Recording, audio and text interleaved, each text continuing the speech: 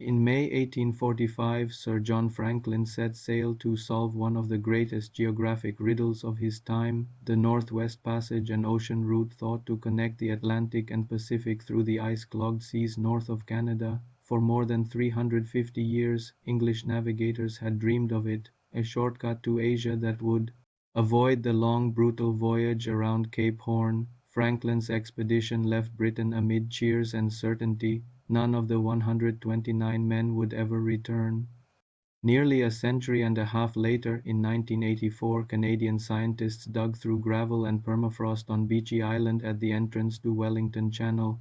What they uncovered made them gasp. In ground so cold it barely softened even in summer, a body lay almost perfectly preserved, an expedition member who had died 138 years earlier. Nearby were two more graves. These three men would become the most haunting, undeniable proof of the catastrophe that swallowed Franklin's ships, Erebus and Terror. A dream that haunted Britain for centuries, the Northwest Passage was more than a line on a map. It was an obsession, strategic, economic, and deeply national. With the Panama Canal still decades away, the only sea route from the Atlantic to the Pacific ran south, around storm-ravaged Cape Horn. If a passage could be found through the Arctic, ships could cut time, distance, and danger. The idea had fascinated English rulers since the late 15th century. John Cabot Giovanni Caboto, sailing for King Henry VII in 1497, reached Newfoundland and helped establish England's claim to North America, but he did not find a sea route to Cathay, as he believed. Others followed, Portuguese, French, Dutch, and English explorers, all hunting for an opening through the ice. Names like Henry Hudson and William Baffin were etched onto maps, but the route remained stubbornly elusive. By the early 1800s, expeditions pushed farther than ever. Between 1819 and 1825, William Edward Parry came close, nearly reaching the Beaufort Sea north of Alaska. Still, the passage refused to yield. Then, in 1844, Britain announced another attempt, an ambitious new expedition that would not only search for the passage but also survey and chart unknown regions of the Canadian North. The only question was, who would lead it? Sir John Franklin, the man who couldn't let go. When Franklin offered his services, the Admiralty hesitated, not because of his skill, but because of his age. He was nearly 60, a concern for any man preparing to face Arctic winter after Arctic winter. Franklin corrected them calmly. No, no, gentlemen, not at all. I am only 58. He got the command. The Royal Navy had been Franklin's world since childhood. Born April 16, 1786, he entered the Navy at 14 and fought at Trafalgar at 19. His first encounter with Arctic ice on an expedition to Spitsbergen changed his life. From that point on, the Canadian Arctic became his destiny. Commissioned by the Admiralty, Franklin led an overland expedition in 1819 to survey the northern coast of North America east of the Coppermine River. The journey nearly killed him. After 3.5 years of unimaginable hardship, he returned to England only to go back again in 1825, this time down the Mackenzie River to the Beaufort Sea to chart the western coastline. He became a national figure, a celebrated explorer, a careful observer of indigenous and Inuit life, and a man who seemed forged for cold and endurance. He was knighted in 1829. Later, he served as lieutenant governor of a penal colony in Tasmania. Yet even far from ice and snow, the Arctic kept calling. The expedition launches and then disappears. Franklin's final expedition was meticulously prepared. The ships Erebus and Terror were heavily reinforced and converted into screw steamers, among the first of their kind intended for Arctic penetration. Provisions for 3 years were loaded aboard. The crew numbered 129 men, selected and tested for readiness. On May 19, 1845, the ships sailed down the Thames and out to sea amid national celebration. Franklin himself fed the optimism with an early message. Britain was assured of success. The next report, he implied, might come from the far side of the world. A whaler later sighted the ships in Baffin Bay between Greenland and Canada, sailing westward. After that, their trail vanished into Lancaster Sound. For a while the silence didn't seem alarming, communications were limited and Arctic expeditions often vanished from news for long stretches, but as months became years, anxiety spread. By spring 1848, after what would have been the third winter, Britain began asking the question that would echo through history: where is Sir John Franklin? The biggest search the Arctic had ever seen, the Admiralty offered a reward of £20,000 for anyone who found the expedition and rescued its members. Lady Franklin added £3,000 of her own money. Thus began one of the most extensive search efforts ever mounted, roughly 40 expeditions over the next decade. At enormous cost, search ships went east to Baffin Bay, tracing likely routes Franklin might have taken. Other parties searched from the west, coming through the Bering Strait into the Beaufort Sea where Franklin's ships were expected to emerge if the passage had been successfully crossed. Along the way, searchers built food depots and left written messages under stone cairns. Some even placed messages in small barrels or attached engraved neckbands to foxes, releasing them in the hope they would be found. The search itself transformed Arctic knowledge. Islands were charted, coastlines mapped, blank spaces erased. Yet, one thing remained missing: Franklin. No ships, no survivors, no bodies. Beechey Island, the first trace. In 1851, a crew anchored at Beechey Island went ashore and found the remains of a well-equipped depot: empty bottles, canned meat, coils of rope. It was unmistakable. Franklin's men had wintered there in 1845–46. Nearby were 3 graves. At the time they were noted but not opened. The gravestones bore names: John Torrington, a non-commissioned officer aboard Terror; John Hartnell, able seaman, Erebus; William Brain, Royal Marine, Erebus.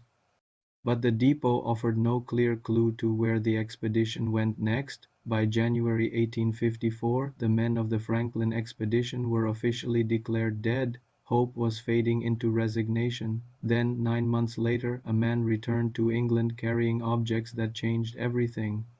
Ghastly evidence. Ray's report. Dr. John Ray, a physician with the Hudson's Bay Company, brought back spoons, forks, clock parts, compasses, and a small plate engraved with the name Sir John Franklin. He had obtained them from Inuit on the west coast of the Boothia Peninsula, hundreds of miles south of Beechey Island. The Inuit told Ray that in spring 1850 they had encountered about 40 white men hauling a boat on a sledge toward the mainland.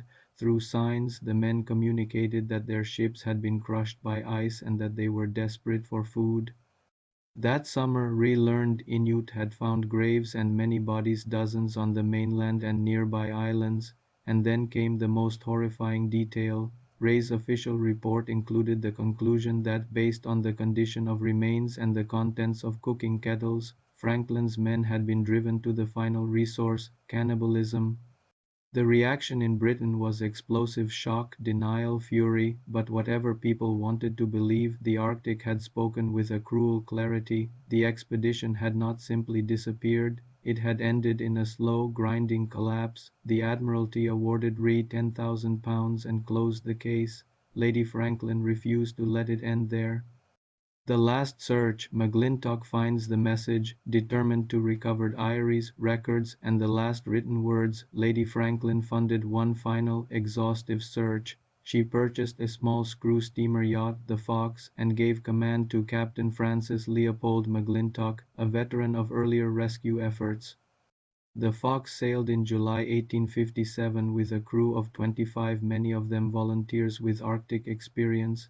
The ship endured a nightmare. Pack ice trapped it for 8 months, drifting roughly 1,000 miles south. Eventually freed, resupplied in Greenland, McClintock returned north and concentrated his search around Boothia Peninsula, Somerset Island, and King William Island, where Ray's Inuit accounts pointed like an arrow. In April 1859, McClintock encountered Inuit carrying items from Erebus and Terror. They confirmed what Ray had heard. One ship had been crushed by ice off King William Island.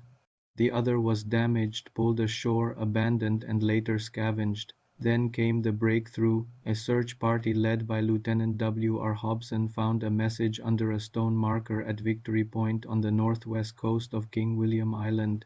The note had two parts, a report dated May 28, 1847, signed by Lieutenant Graham Gore, all was well. Franklin still commanded the expedition. A grim postscript added a year later by Fitzjames and Crozier, Erebus and Terror were deserted on April 22, 1848, after being trapped since September 12, 1846. Sir John Franklin died June 11, 1847. Death toll to that date, 9 officers and 15 men. The survivors planned to march toward the mainland and the Great Fish River backs Fish River. Soon after, Hobson found a small boat mounted on a sledge with two skeletons inside. Scattered nearby were watches, books, toiletries, an astonishing variety of items, many of them dead weight for starving men. Food was scarce, a little tea and about 40 pounds of chocolate. From that point, the tragedy became painfully legible. The surviving men began a doomed march south.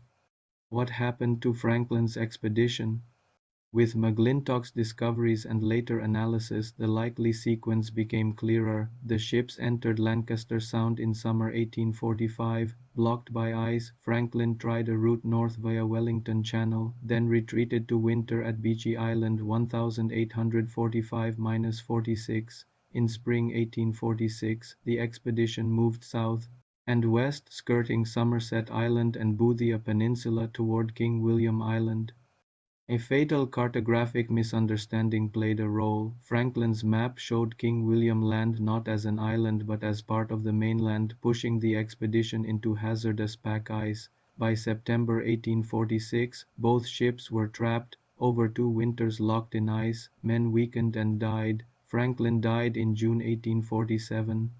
In April 1848, the survivors abandoned the ships and attempted to reach help overland, an almost impossible journey across frozen wasteland. Rumors lingered for years that white natives with blue eyes had joined Inuit communities. None were ever confirmed. The reality appears harsher. One by one, to the last man, the expedition perished. What was accomplished and what was lost? The Franklin tragedy sparked an unprecedented Arctic mapping effort. Ironically, one of the search expeditions led by Robert McClure identified a navigable northern route, effectively discovering the Northwest Passage even if he could not complete it. His ship became trapped. He and his men were rescued by another party. More than 50 years later, Norwegian explorer Roald Amundsen became the first to successfully traverse the passage 1903 to 1906, taking nearly 3 years in a small ship and hugging the mainland through narrow, crooked channels. Even then, the passage proved commercially disappointing for generations, too frozen, too unpredictable, too dangerous. Franklin failed to find the route he sought, but his name remains across the Canadian North, in a district, a lake, a bay, and a strait. Lady Franklin, relentless in devotion, is remembered too in the names placed on Arctic geography, a quiet monument carved into maps. The causes of the tragedy, a poison in the provisions, for more than a century. One question haunted historians: if there were guns and provisions, why did every man die? A major clue emerged in 1984 when anthropologist Owen Beatty and his team exhumed the Beechey Island bodies, those 3 young men preserved by Arctic cold. Tests found unusually high levels of lead in their tissues, likely ingested from poorly soldered tin cans among the expedition's provisions. Lead poisoning can cause loss of appetite, weakness, exhaustion, cognitive disturbance, and paralysis. It also makes people more vulnerable to illness, especially pneumonia. In the Arctic, where every calorie and every decision matters, that kind of invisible damage could be fatal. The ice did not kill Franklin's men in a single dramatic moment. It took them slowly through starvation, sickness, despair, and the terrible mathematics of survival when rescue never comes. And somewhere in that white infinity, the Arctic kept the rest of their story.